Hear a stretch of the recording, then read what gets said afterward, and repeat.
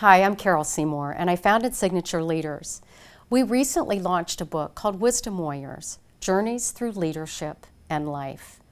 And the amazing part of my opportunity as being author of Wisdom Warriors is to be able to interview a lot of amazing women.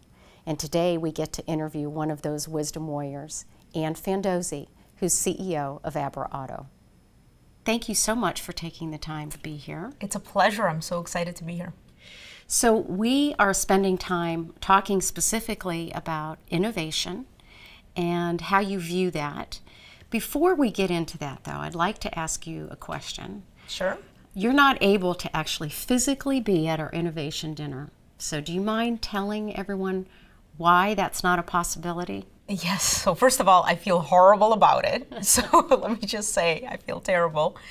But the story is pretty interesting. So my son, who is 16 years old, his name is Steven, he's in high school. He was participating, unbeknownst to me, in a DECA competition, which is high school students' business competition. And not only didn't I really know what DECA was, I was very surprised to learn that he won first place in the state.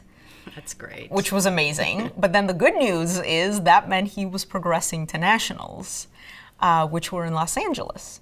And that would have been wonderful. And then out of the blue, he said, "Mom, would you take me?" And without hesitating, without looking at my calendar, without anything, I said, "Of course, baby. I would love to take you." So he's my baby. He's 16, tall, hairy, smelly, like guys are. But he's still my baby. And so I'm taking my baby to LA. So I'm so sorry I can't be with you, but I'm with my baby. Yeah. And Ann called me to tell me that this was the situation. And I have to say she was marvelous. She said, "Look, I'll do whatever I need to do to make sure that I don't miss this dinner." And she even considered missing the competition, and I said, "No, there's no way that you can do that." Right. This actually sets a great example. The busy CEO is going to take time out to be with her son, so thank you. It's a pleasure to be here. It's an honor, and I would have gladly flown across the country twice if you needed me. So first, I want to talk to you about innovation, and I want to ask you, how do you actually think about innovation, and is that different than creativity?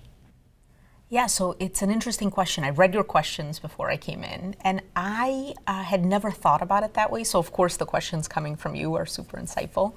To me, it is very different than creativity. So I often use the words, I'm the least creative person in any room, but I would consider myself probably pretty innovative. And so for me, it's not the most creative idea that is the innovative one, but it's the one that can be executed. So innovation to me is more synonymous with transformation than it is with creativity. So talk about that, because this is your second time being a CEO. Second time. And you've had to innovate both organizations. I have. So maybe back up. Ann is currently the CEO of ABRA Auto, and prior to that with Ride. Ride was your first CEO role, right, and that required a lot of innovation. So how did you think about that opportunity when you first were provided that option, and what did you do with Ride? So Ride was the first one. There's only one first. It was my baby. It's always going to be my baby. And I typically approach innovation from the market opportunity and the customer, and then work backwards. So in the case of Ride, the space was commuting. So when you think about the importance, the magnitude of transforming the way people commute, it just had my heart pumping. And then when I thought about innovation, it was about transformation, right? So how do people commute today? Well, mostly in their own cars. The average commute is, getting to be closer to an hour each way, and in big cities even more than that. So how do you transform? We know we have environmental risks and energy crisis and all of these things. So the idea of bringing people together so that we could take cars off of roads because they would share the ride, allow them to transfer money between each other, something that only technology allows people to do. I love the technology layer of helping with transformation. And then taking cars off of roads, great for the economy. But the angle we took was an interesting angle because Unlike services like Uber, which are wonderful, Lyft, Uber, all of these services, they're a pay for hire. They say they're ride sharing, but you click a button and a driver comes, picks you up, takes you somewhere. This was truly sharing. So when you're solving the equation, it's actually a much more difficult equation to solve, because it's not just you need a driver sitting somewhere ready to pick somebody up. You need to find two random people that are just going to work and match them up. So the math of it, pretty complex. So the way we decided to solve that, I think, is a different kind of innovation, where we went to employers, because now you can fix the destination. And we did a lot of employers in Atlanta. So, Coca-Cola. So that they were one of our customers. We would go to Coca-Cola. They would market the idea of ride sharing to their employees. They would help us do lunch and learns and all of these types of things. And then people would come in and say, oh, I'm interested. And then we would just have to match by their route and not have to worry about spontaneously finding two people going the same way. So Ann Fandozzi has the spark of the idea. How do you get your organization to innovate with you or transform with you? What are those components? Yeah, that's a great question. So by far the most challenging. The idea, not nearly as challenging as transforming an organization. So I think it comes from two pieces. So one is celebrating the strengths of the organization, and every organization has strengths. I call it like a lifeblood, and you kind of have to tap into it. You have to feel it and give it a lot of respect and a lot of love, and then show why that's not enough, where this is all headed, and then their role in making it happen. And my learning time and time again from doing it is people will rise to the occasion. People will surprise you, but you have to set the stage to let them. You have a great and I think unique perspective on talent that you've honed over the years, because we've had this conversation a number of times. We have. Can you share that perspective on how you identify and develop talent? I would love to. So this is imprecise, but it's going to sound very mathematical. It's going to sound precise. So I think the number of people that can be successful is a small number of people, 1%, 0.1%, that in a difficult situation can rise, can succeed. But the number of people that can do that regardless of industry, situation, magnitude of the problem, it's 0.0000, lots of O's, 1. They are rare. And so I spend an inordinate amount of time finding them and then investing an incredible amount of resources in developing them, letting them fail, helping them succeed, being there every step of the way, cheerleading, being tough, and giving lots of credit where credit is earned. Talk about failure, though, because that is one, I guess, opportunity that is not always given to people in an organization. Right, and this is one where, if you're starting something brand new, failure is more obvious and more accepted. But every time it has happened that I've walked into a company, they've been around for 20, 30, 40 years. And in fact, it's the opposite. Failure is seen as a bad thing. And so this is a huge cultural change where I typically over-communicate. Monthly town halls, newsletters. I have an Ask Ann email box, and people can ask anything, personal, professional, whatever's in their minds. But I make it a point that 100% of the time I filter in conversations about learning. And the only way to learn is to fail. Think about a kid walking. Right? They're going to learn to walk by falling a lot, Right. Smashing the face, all those types of things. It's that analogy, getting people to laugh about it, talking about the failures, talking about the learnings. And then I often say, look, we're going to fail. I make it very matter of fact. We're going to fail. The only thing I ask is a couple of things. One, we learn and we share those learnings. What happened? Two, we had a strong fact base when we did that. Before we took the action, so we can go back to that fact base and say, what about it? Why did we think it was going to be A, but it was B? Was it the underlying assumptions? Something about the market we don't understand, the customer?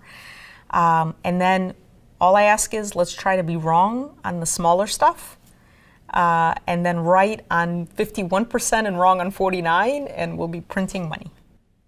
All right, so I'm going to ask you something that's probably a little bit deeper, because I'm talking about failure, right? And I recently did a interview on sort of the fear of failure at the C-suite, right? And we all get that there's failure related to big collateral damage, so to speak, right? I picked the wrong market. I put the wrong product out there. I decided to move a plant and had to displace a lot of employees. And those might be bad decisions. But there's that sort of, am I living up to what other people want me to be? Or can I do all that I need to do? Does that ever cross your mind? That is the world's best question, and I think dovetails with another one you asked me about before, which is kind of the second go-around as the CEO, what have I learned? I think this is the thing I've learned the most. Typically, I think most CEOs, not just women, but women tend to do this more, feel the weight of the world on our shoulders, right? We need to show a lot of strength, conviction, vision, all of these types of things, and if you blink, there's a whole organization that's gonna wonder, is this thing headed the right way? Am I making the right bet? You know, so there's a lot of personal pressure. In my first go around, one, I underestimated that. And two, I didn't realize that there were outlets for that pressure that I should have been using. And the number one learning I've had is the board of directors. In my first go around, I didn't nearly give enough importance to what the board could be as a partner to me, a sounding board, a way to have a conversation that says we're going to try it, but we may fail. And I am very much doing that this go around. So now, not only do I have a private equity firm that I think is incredible, they're partners. It doesn't hurt that they've had the business for a couple of years and it hasn't been going well. Yeah. So they're very open lots of opportunity. Lots of opportunity, and they're open to experimentation, knowing things don't always work. Yeah. They've seen that part of it. But I'm very forthright and much more open about, we may not have the answer, we're gonna try this is why, this is what we're expecting to get, and having conversations with board members to not even gain alignment, but get their great input. Yeah. They've been around the block. Right. They've done a lot of stuff. I'm not reporting out to the board. They're my partners. Right. Yeah. So that's been the biggest aha, and a bit of a way to shrug some of the weight.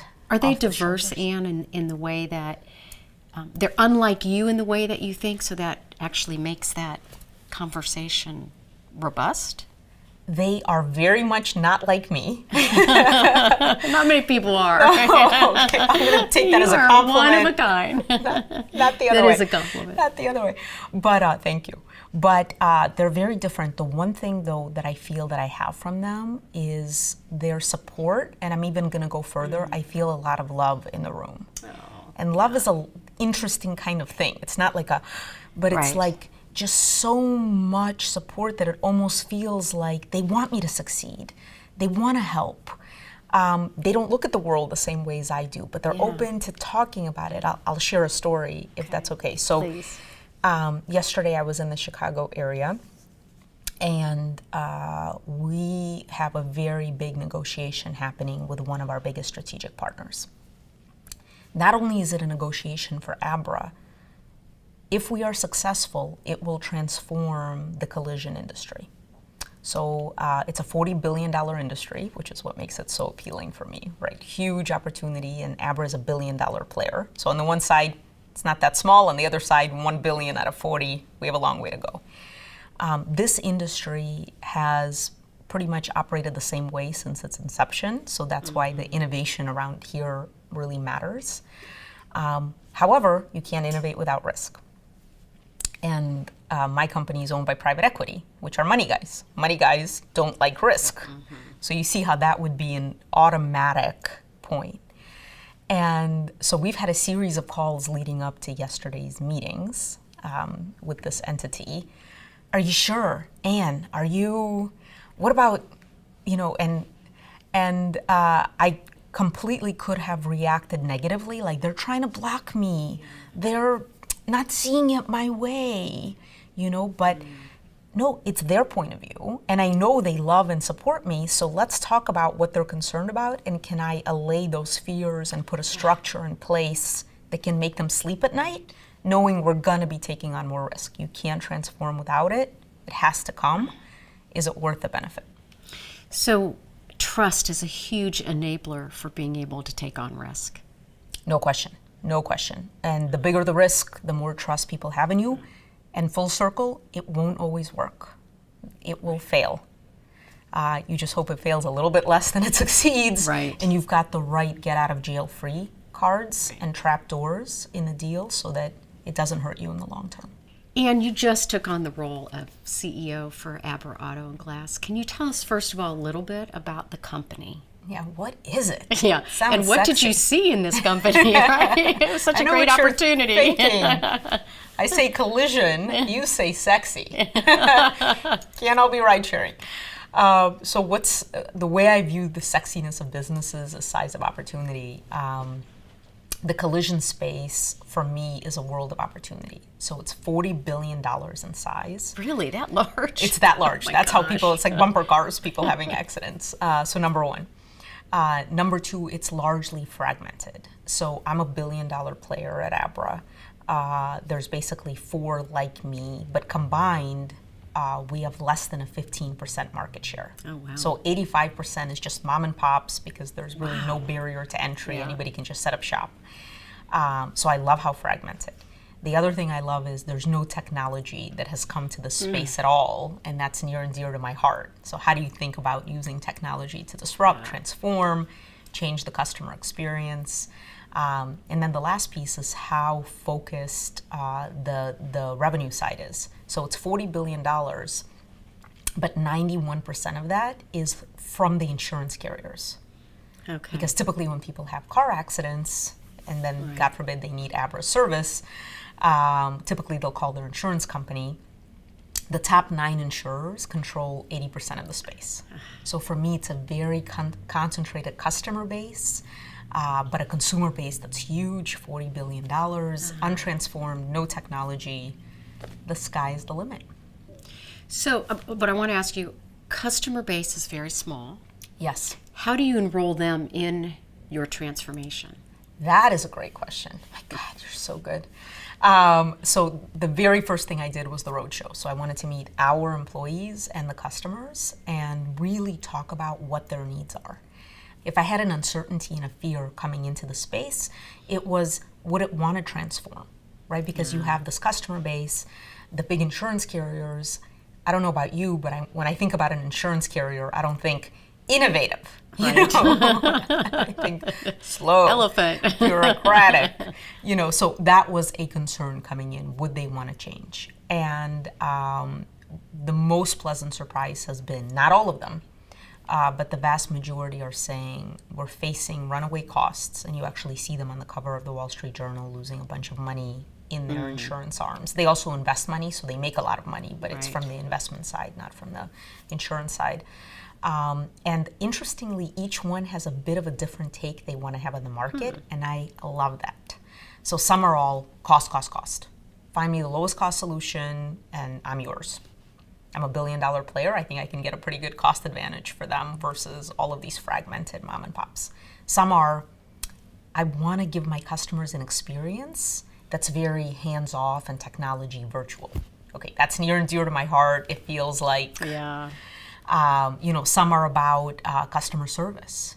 This industry, if you ever had to have a car service, that's like, when can I bring it in? Well, 8 to 5 and Saturdays from 11 to 11:12 a.m. is our hours of operation.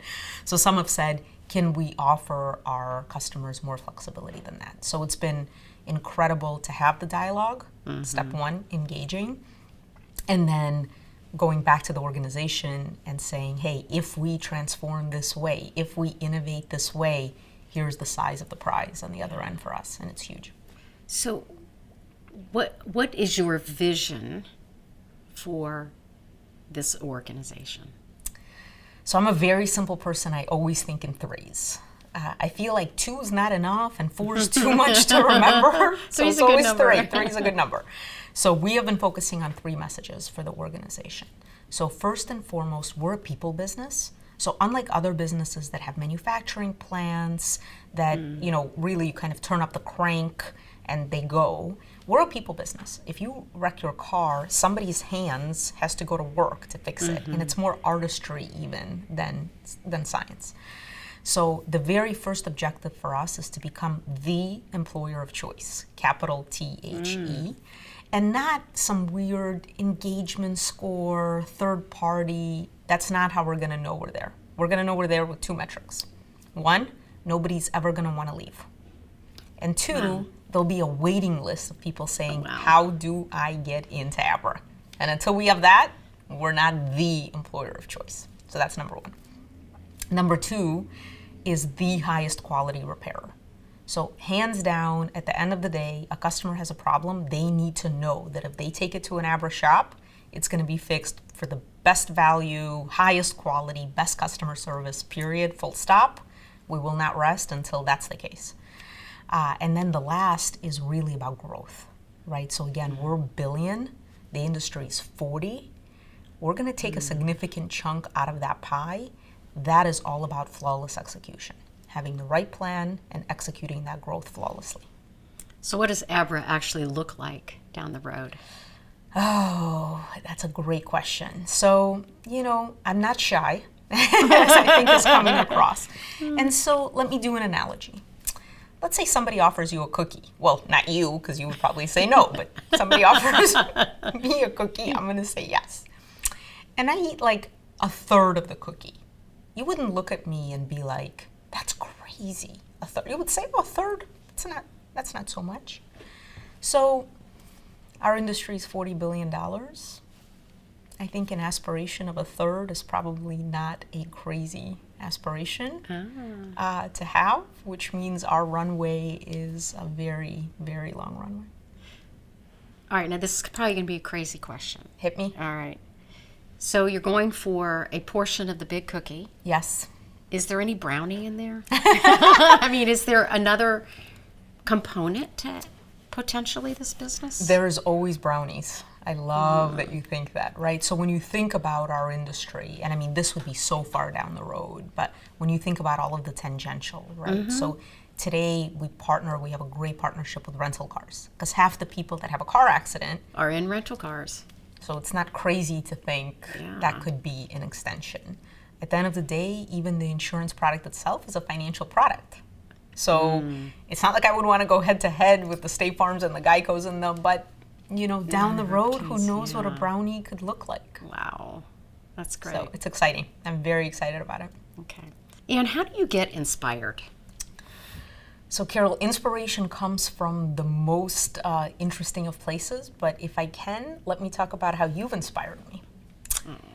It's, ever since I've met you and had the privilege of participating in the Signature program, I have taken the development of women, and not just executive women, but really at any level that crosses my path. I thought it was important before, but to a different level. And if I could just share a little story, I also have an 11-year-old daughter. Her name is Reina, and we were in Puerto Rico for her spring break. She just wanted to get away with mom, girls trip. And it was pouring, it was raining, it was cats and dogs. We still had the best time. But as a result, we would do things like go to the mall. Yeah. And so not something you get to do every day when you're a CEO. That every day. No. So we went to the mall and we walk into a perfume shop, and there is a girl there that is just extraordinary. Bright customer service. So of course I engage because that is what you have taught me to do. And so I'm like, so tell me about yourself. And she says, I'm going to school. For what? Nursing, but it doesn't feel right. I said, nursing? You're a natural born salesperson. So then she says, I don't know what that means. I come from a family that's not educated, and nursing was like the most that I could see myself. What is that? What is sales? And we spent 40 minutes, maybe more, just talking about what it would mean. She has my contact information. I gave her next steps, and I credit you with why I just would love that story, take the time. So let me flip this real quick, though, on how do you stay true to yourself? we talk a lot about this, as you know, with all the women and the things that we've done together and trying to support each other. It's so hard sometimes to make sure that we stick to those things that make us truly us. Right. Have you ever been challenged from that standpoint? It's a constant challenge. And sometimes the challenge to be true to yourself comes from the outside. Sometimes it's ourselves. Even the story about my son and Decca. Right. I was so torn. When I called you, not only is it a professional commitment that I made, it's also personal because it's you, but here's my son, and it's constant, the challenge. So I would say this, have the confidence in yourself, and I have to sometimes repeat this to myself like a mantra, to know that the things you do come from the right place. They've been honed over years of experience and time, and so being true to that inner voice pays off every time. So in big things and in small things. So I love to eat. We've shared we've shared meals together. And I bring that to any situation. So I've had 2 board dinners so far at ABRA. And by the second board dinner, the entire board put their menus away and said, Anne, can you just order a bunch of food for the whole table and wine, and we're just done with this thing. Because that's who you are. That's and who you I bring am. that. I bring it. And that's why I love being out to dinner with you, because you do the same thing. I can't help myself. Yeah, just Love to order eat. it up. It's great. Love to eat. So being true to yourself, I think, is the way that you fight those demons. You have been an executive for a lot of years. You rapidly advanced in your career. These are big capacity jobs. How do you have the capacity? How do you create the capacity? How do you manage that for these big roles? Because that's always a common question. Can I do that? Right. How do you do that? Right. So that is a great question. So first of all, let's talk turkey about how those roles even come to be. And there's an element of luck in life that I think people need to have. And I think everybody has it, where doors open. So the skill is sensing when a door is opening, and then what you bring when you walk through that door, how you show up. So once the door is open, I would say, 1, make sure you don't walk through one that you're not passionate about. If you are not, other doors will open, but it takes a lot of courage to say, that's not the right door. So the thing that you're walking into, you have to be passionate about, love, and want to tackle, see the opportunity every day. The other is, I've never understood the you can have it all. You do need to prioritize. So I can't even remember the last meal that I cooked. I can't remember the last time, this is exciting, I scrubbed the toilet. You know what I mean? And I can remember many times of missing kids' things, but asking permission to do so. Every time I ask permission to do so, because it is a trade-off. But if you love that thing that you walk through the door to do, it's not the hours that you're trading, you don't even feel them. People say to me, how many hours a week do you work? I don't know. I don't know, not because I'm a crazy workaholic. I don't know because I love what I do. I don't keep track of. It's not work, right? Right. Every time an idea goes through my head, or I make a call or an email, or because it's just going all the time. It creates energy for you. It's very energizing. That's cool. Love that. I love it. One of the challenges of capacity, though, is sometimes saying no to things that we used to always say yes to, or no to other people. Right. Right? How do you do that? That, I would say, is the hardest thing for me to do, especially for the people that I love, that I'm very close to in my life. So a perfect example is my parents. I'm an only child of immigrant parents. I'm an immigrant myself. So we're super tight. But needless to say, between the crazy new job, I'm on a public company board, and the kids that I cherish, that doesn't leave a lot of time for them.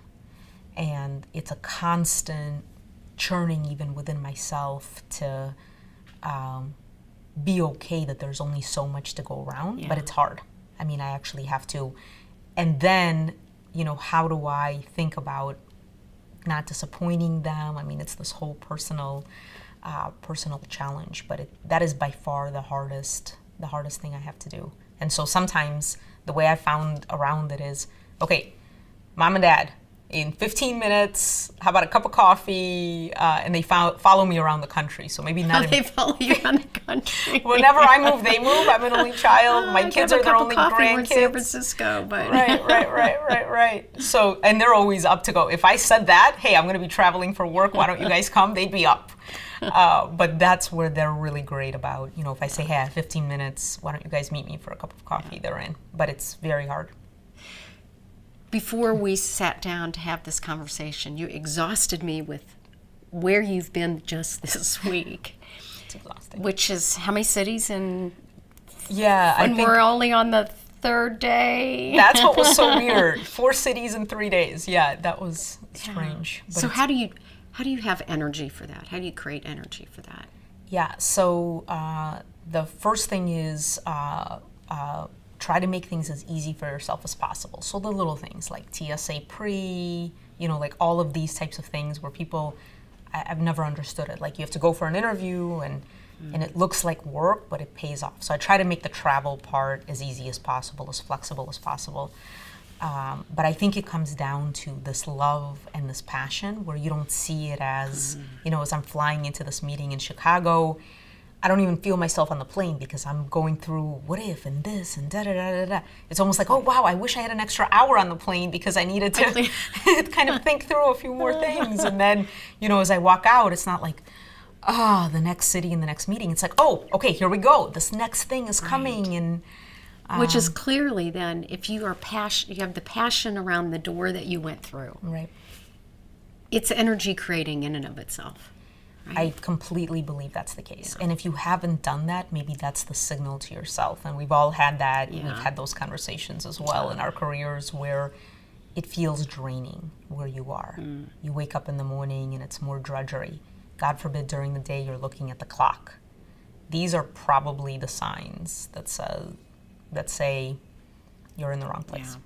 Yeah. Describe, if you would, a little bit of your journey, because you said you're immigrants, and I know your parents are from Russia. But I'm also curious, at what point in your career did you decide, I want to be a CEO? I want to run my own company? I mean, how did that happen? I'm not sure where and how, but here's the journey in a nutshell. So my parents and I immigrated in 1980 from Russia. We were political refugees. So, of course, all the stuff happening in the news right now is very personal to me.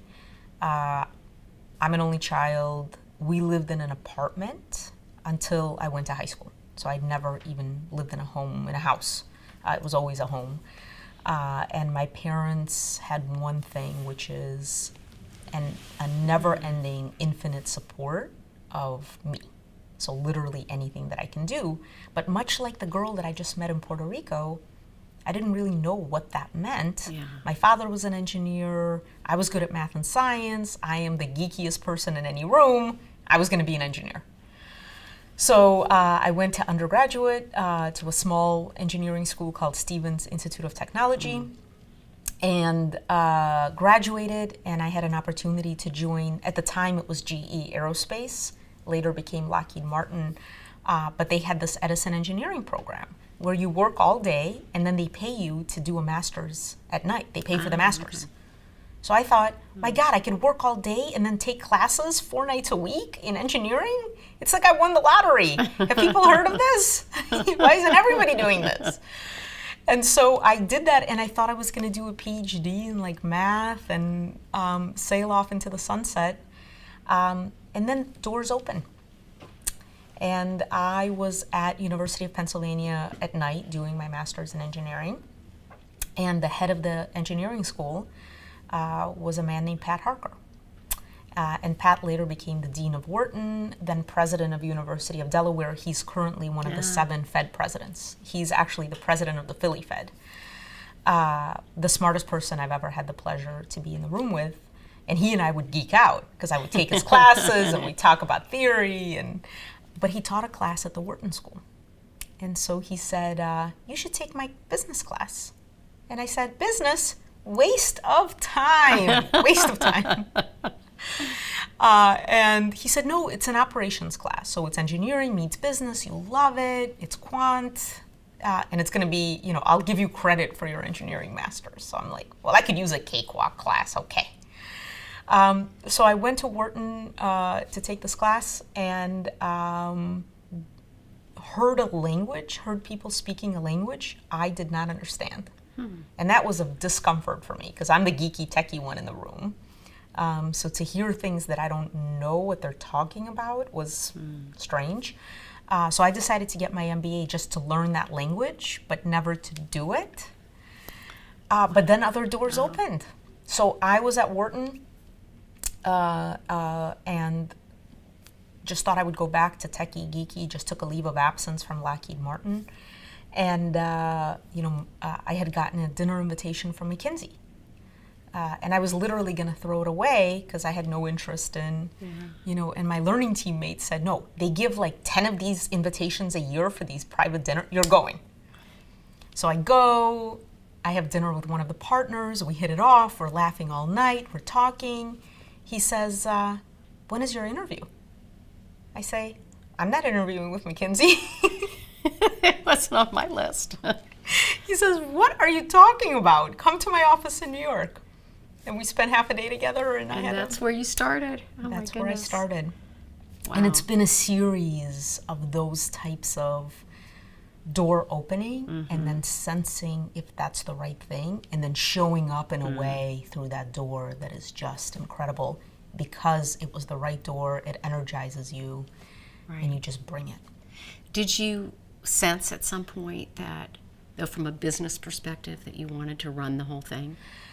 So I don't know if I sensed it or I don't know if it came out of frustration, a good place or a bad place. At first, being the techie geeky one, and even at McKinsey, I always thought it was the smartest idea that was going to win. But as I progressed in my career, I saw it wasn't always the smartest idea, it was the one that can be executed. And so I think it was more my frustrations with execution that led me to say, let me just do that. Let me take this on. Let's get this right.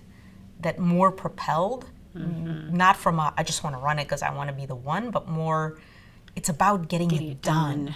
Yeah. Is there a formula that you have for deciding what you're going to invest in that's already sort of in the business versus what's not yet in the business? That's a great question. I would say size of opportunity. So if a business isn't working, there's a lot of working a business has to do on the here and now, kind of operational improvement, financial acumen, all of those types of things. But if the business isn't working on that next horizon, then it's not doing it right for everybody, specifically the employees, because you're not going to have a there for these people that are counting on you for their lives and careers. And so I would say whether the there is in the business or outside has to do with how much runway is left. So in the case of ABRA, we have a lot of there in the core business, right? We're $1 billion, it's 40, that's the cookie. We have a big bite to take. Right. The pieces that we need to take it may not exist in the business today, but they'll all support. Once we're a third, half, and on our way there, way before we get there, but as the course is charted, now you start thinking about what's next. Yeah. What's that next horizon? What's the brownie? How do you bring it in to make sure that you always have that crazy runway set up to go? Well, you obviously have more cash too at that point to invest in. So there is that trade-off at some point of investing in core, investing out of core. And you're exactly right. And for me, I view it as how much runway do you have? If the core has a lot of it to go, I would prioritize that. If you see, even if it has a lot to go, you're already making the investments, you owe it to everybody to look around the corner. Okay, great. Let's talk about talent for a minute. And you have this way to spot talent. How do you really know that's one of the 0.0001%? I mean, what are those characteristics or things that you actually look for? So first of all, I'm not always right. Back to failure. It's not like I just know. But I would say, first and foremost, it's perseverance. When these people speak, and they speak about the experiences they've had, the thing that comes across is how they dealt with adversity and how they persevered and how they took on a challenge. And oftentimes hearing what didn't go well and what did they do? Did that knock them down? Did that energize them? Often the way they talk about the people they worked with.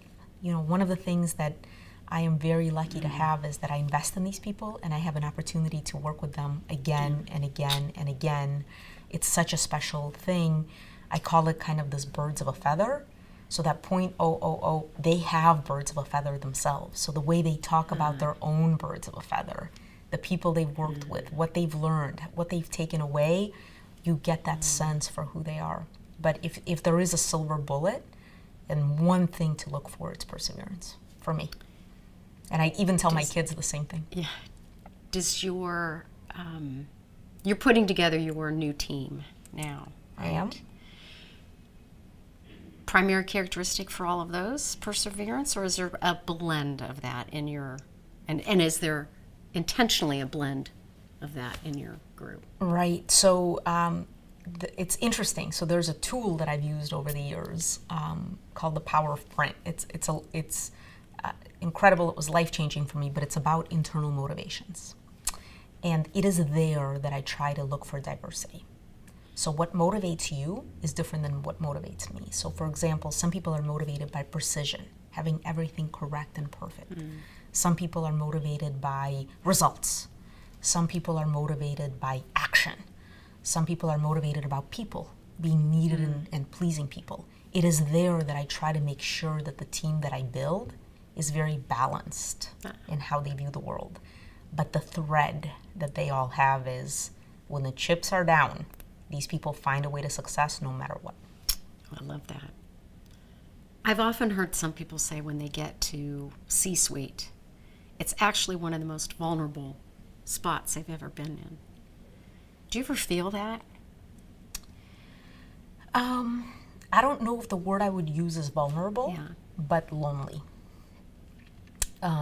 Lonely in that, in this kind of atlas weight of the world on the shoulders. So I don't feel like there's, people are gunning for me, but it's more an incredible sense of responsibility because I feel like first and foremost to the employees, these are people with families and livelihoods, and they're relying on me and the team that I put in place to get it right? And to get it right for a long time, and to chart a course, and to help execute, and to hold ourselves accountable. And the weight of the world comes from, that's an incredible amount of responsibility, right? So to me, I've often used the words, it's not business, it's personal. I've never understood, it's business, it's not personal. I spend a gajillion hours, and that's what I expect of other people. Not in face time and desk time, but in heart and mind. And I ask that of employees at every level to love this company and give it their all. That level of responsibility is the weight of the world, and sometimes can feel pretty lonely. When you find yourself lonely, aside from the board, that gives you great ideas. Are there other outlets that you have to make sure that Anne has some care also?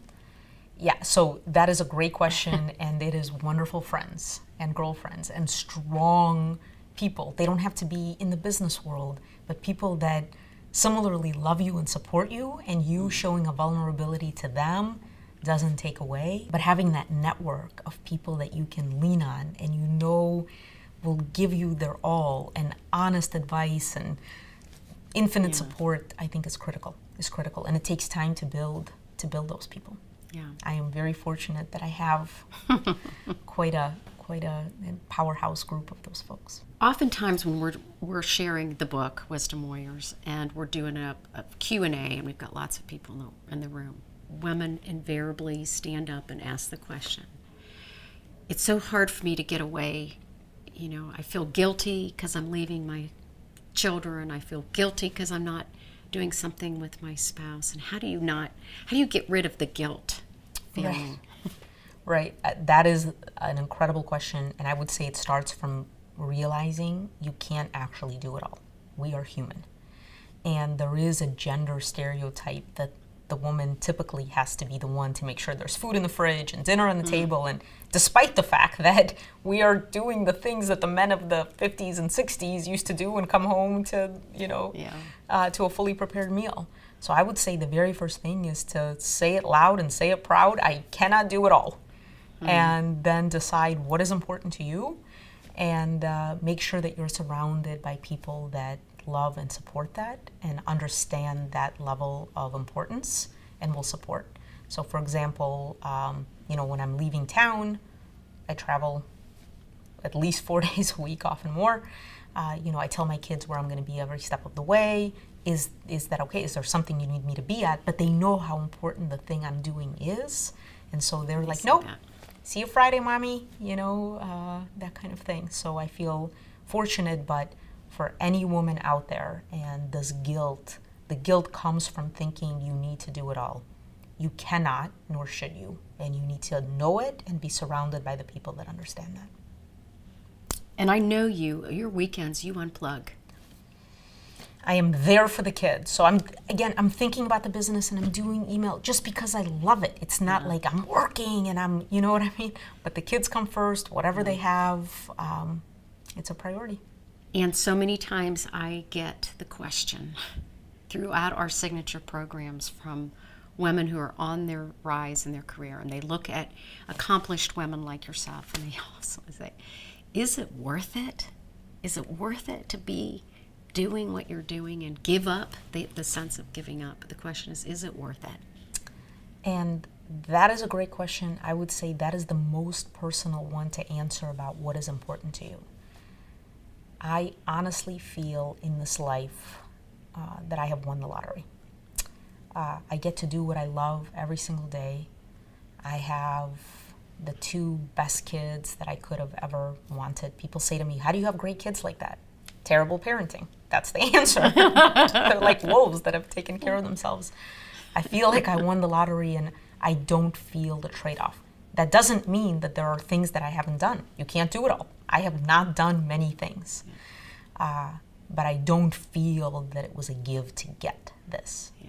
So, and I feel like if you feel that balance, being torn, you owe it to yourself to say, and there's no wrong answer. I sometimes meet women, they would be happier making a different decision. It is about winning the lottery in life and being happy, and whatever that is the right answer for you.